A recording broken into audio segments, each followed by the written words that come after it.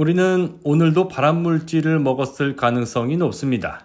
우리 가족이 무심코 썼던 이 물건 때문에 암에 걸릴 확률이 2배나 높아졌는데요. 치매를 막으려면 지금 당장 버리셔야 합니다. 오늘 영상은 첫 번째 내용부터 정말 중요하니까 사랑하는 가족과 친구분들한테도 잘 알려주세요. 새롭게 시작하는 건강한 동행TV 멤버십과 후원에도 많은 관심 부탁드리겠습니다. 요즘 젊은 사람들 중에서는 집에서 음식을 안 해먹는 경우가 많다고 합니다. 차라리 사먹는 게 더 싸다고 얘기를 하던데요. 싸다고 맞을 소리죠? 밥 해먹기 귀찮아서 거짓말하는 것 같은데요. 만약 하루에 최소 한 번이라도 주방을 사용하고 있는 분들은 오늘 영상을 잘 봐주시면 좋겠습니다. 주방에서 꼭 버려야 되는 3가지 물건에 대해서 말씀드릴 텐데요. 당장에는 아깝다는 생각이 들 수도 있지만 소탐대실이라는 사자성어를 떠올려 주시기 바랍니다. 첫 번째는 두면 다 쓸 데가 있겠지 싶어서 놔뒀던 일회용품이 문제였습니다. 무조건 한 번만 써야 되는 것도 있고 심지어 일회용품도 유통기한이 있다고 하는데요. 환경을 보호하려다가 내 몸을 망치는 일은 없어야 하겠습니다. 두 번째는 냉동실 문을 한번 열어보세요. 여러분들 눈에는 세균이 안 보이시죠? 하지만 분명히 있습니다. 특히 세균 감염에 매우 취약한 한국 식재료 2가지에 대해서도 알아두시기 바라고요. 마지막 3번째, 주방에서 하루에 최소 한 번은 쓰게 될 수밖에 없는 주방기구입니다. 아무리 깨끗하게 쓴다고 해도 필연적으로 발암물질로 변할 수밖에 없었는데요.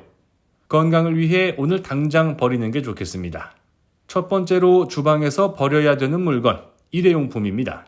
특히 일회용 젓가락이 문제가 많은데요.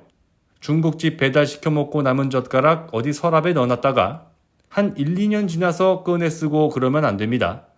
햇빛이 닿지 않는 서랍 구석은 세균, 습기, 각종 벌레와 마주치기 십상이죠. 실제로 화공약품 처리를 안 한 일회용 나무젓가락 같은 경우는요. 유통기한이 4개월 정도라고 합니다. 간혹 가다가 군데군데 시커멓게 변하는 건 곰팡이 독소가 퍼져서 그럴 수도 있거든요. 그러니까 언제 어디서 났는지 모를 정도로 오래된 나무젓가락은 미련 없이 버려야 됩니다. 사실 이게 말이죠. 일회용품이란 이름이 괜히 붙은 게 아닙니다. 한 번만 쓰고 버리라는 건데 그걸 계속 쓰는 분들이 많습니다. 뜨거운 물 담았던 일회용 종이컵을 하루 종일 쓰기도 하는데요. 말이 종이컵이지 그거 안쪽에 다 플라스틱 코팅제 바른 거거든요. 미세 플라스틱 섭취의 주범이 될 수 있다는 겁니다. 배달 음식에 딸려오는 일회용 플라스틱 통도 대부분 다 내구성이 안 좋습니다. 지구 환경을 생각해서 플라스틱 폐기물을 줄이려는 마음은 정말 아름답습니다. 그런데 저희 건강한 동행TV는 지구 환경보다 여러분들의 건강이 좀 더 중요하다고 생각하거든요. 일회용품은 한 번만 쓰시는 걸로 하겠습니다. 아시겠죠? 두 번째로 주방에서 버려야 되는 물건은 냉동실 안에 있습니다. 얼려둔 생선, 얼려둔 고기, 그리고 얼려둔 채소들인데요. 냉동실을 5글자로 하면 세균 저장소인 거 아시죠? 보통 가정에서 쓰는 냉장고는 영하 20도까지 온도를 낮출 수가 있습니다. 세균이 살고 번식하기 힘든 온도인 건 맞습니다. 근데 그 말이 세균이 못 살고 죽는다는 것도 아니거든요. 사람만 봐도 그렇습니다. 영하 20도에 추워서 사람이 어떻게 사냐라고 하지만 힘들어도 다 살긴 살거든요. 그러니까 지금 여러분들께서 이 영상을 보는 지금 순간에도 아주 천천히, 비록 느리지만 세균과 바이러스가 번식을 하고 음식을 상하게 만들고 있습니다. 만약 냉동실 온도를 영하 80도까지 낮출 수 있다면 걱정하지 않으셔도 되지만요. 일전에 지상파 TV 방송에서도 이 얘기가 나온 적이 있어요. 가정집 냉동실 세균 오염이 얼마나 심각한지 측정을 해봤더니 얼려둔 생선에서 기준치보다 60배 넘게 세균이 있더라는 겁니다. 냉동실에 넣을 때까지만 해도 분명 신선한 생선이었겠지만 냉동실 안에서 세균 덩어리로 변할 수밖에 없었습니다. 제일 심각한 건 먹던 음식을 냉동실에 넣는 건데요. 덜어서 먹었다면 그나마 다행이지만 침이 섞인 음식을 도로 넣으면 더 빨리 상합니다. 침에 들어있는 소화효소 때문에 이미 분해가 시작됐는데 그걸 얼리면 세균 감염에 더 취약해지기 때문인데요. 한번 끓여서 식힌 다음에 넣는 방법도 있긴 하지만요. 웬만하면 하루 이틀 안에 다 드시는 게 좋겠습니다. 그리고 식약처에서 권장한 냉동실 보관기간 정보도 알아봤는데요. 세균이나 특히 노로바이러스 감염에 취약한 게 생선이랑 고기였습니다. 한번 요리했던 생선은 최대 한 달이고요. 싱싱한 날 생선이나 해산물은 최대 석 달까지 둘 수 있다고 합니다. 고기는 생선보다 좀 더 길었는데요. 익힌 고기는 석 달, 안 익힌 고기는 1년까지 된다고 하지만 제일 중요한 건 보관 방법입니다. 최대한 공기가 안 들어가게 밀봉해서 꽉 묶은 다음에 밀폐 용기에 한 번 더 담아서 넣는 게 제일 좋고요. 온도 변화가 적을수록 좋으니까 냉동실 뒤쪽에 보관하는 게 좋겠습니다. 물론 이렇게 하면 이걸 대체 언제 넣어둔 건지 까먹을 수도 있고요. 2년이고 3년이고 존재 자체를 잊어버릴 수도 있겠죠. 메모장에 날짜 적어서 냉장고 옆에 붙여두는 게 최고입니다. 마지막 세 번째로 주방에서 버려야 되는 물건은 오래된 프라이팬입니다. 치매 위험을 높일 수 있기 때문인데요.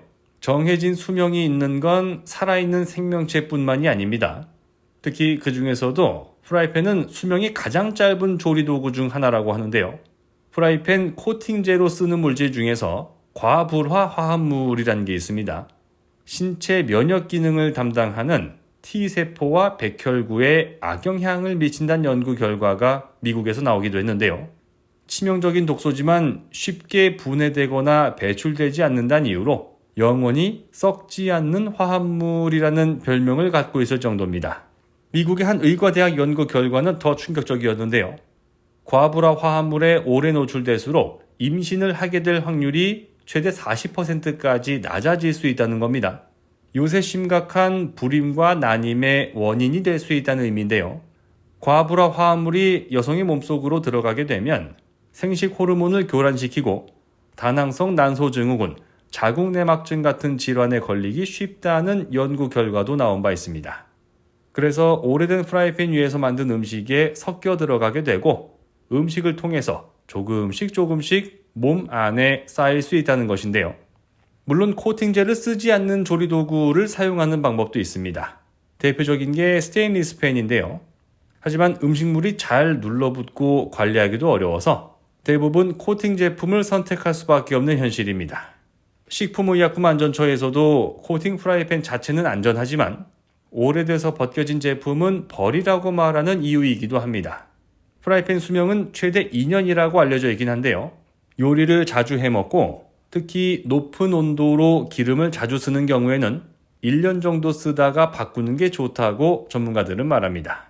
프라이팬을 조금이라도 더 오래 쓰는 방법도 알아두시면 좋은데요.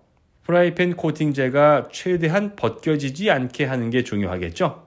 찌든 때 벗겨낸답시고 철수세미처럼 거친 수세미로 벅벅 문질러 닦는 건 자살행위나 마찬가지입니다. 그리고 요리할 때 쓰는 뒤집개, 집게, 숟가락, 젓가락도 웬만하면 나무나 실리콘 제품을 쓰는 걸 권하고 있습니다. 잘 기억해 두시고요. 비싼 프라이팬을 너무 오래 쓰는 것보다 저렴한 제품을 자주 바꾸는 게 좋은 방법이 될 수 있겠죠. 오늘은 주방에서 무심코 써왔던 물건들 중에서 버려야 되는 게 뭔지 알아봤습니다. 세균과 바이러스 감염을 막고 치매나 암 위험을 낮추기 위한 거니까 꼭 한번 살펴보시고요. 주방이 건강해야 가족이 건강하다는 교훈도 꼭 기억해 주시면 좋겠습니다. 아무쪼록 오늘부터 여러분들이 맞이하시게 되는 모든 날들이 지금보다 더 건강한 하루하루가 되시기를 진심으로 바라겠습니다. 고맙습니다.